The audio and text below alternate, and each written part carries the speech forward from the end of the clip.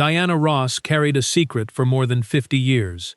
Not the kind buried in tabloids or whispered at award shows, but something quieter, more personal, and far more difficult to put into words. Now, at 81, she's finally begun to speak about it. It started in 1969. The Jackson 5 had just arrived at Motown, and 11-year-old Michael Jackson was already something extraordinary. To generate buzz around the group, the label arranged for Diana, already the crown jewel of Motown, to introduce them publicly, as though she had personally discovered them. It was a marketing move. But for Michael, meeting her felt like something far more significant. According to those close to him, he was immediately captivated. He called her Mama, reportedly told his sisters they'd only be pretty if they looked like her, and, as his mother Catherine would later write, spoke of Diana as though she were a second mother to him. Their bond deepened through the years.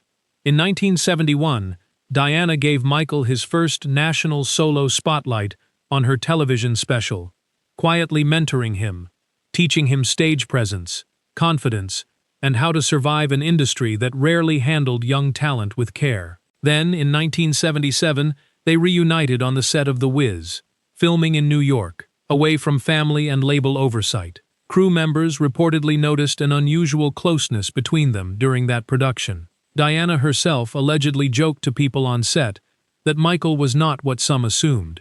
Neither of them ever publicly addressed what, if anything, the relationship was during that time. What Michael did eventually address, openly, was his feelings. In a 1982 Ebony interview, he stated plainly that he loved Diana Ross, and that he dreamed of marrying her. He was in his early 20s, she was in her late 30s. Some dismissed it as infatuation, but people who knew him said he meant every word. According to various accounts, Diana reportedly wore a ring from him at one point, and at the 1984 American Music Awards, she kissed him on stage in a moment that felt deliberately public.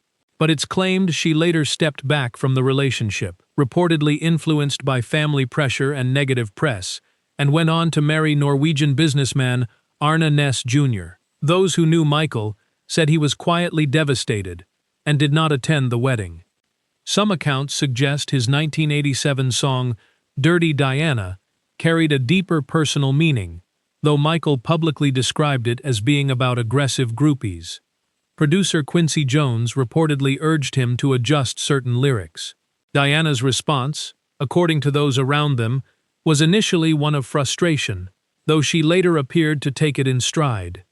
When Michael's world collapsed under the weight of legal battles and media storms in the 1990s and 2000s, Diana remained privately loyal.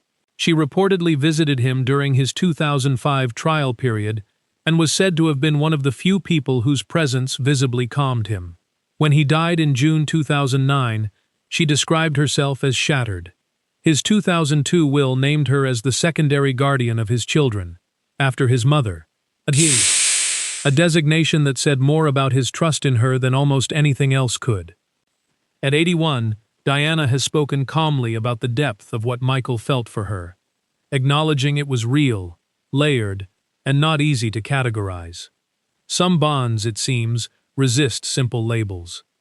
If this story moved you, leave a comment below and consider subscribing for more untold stories from music history.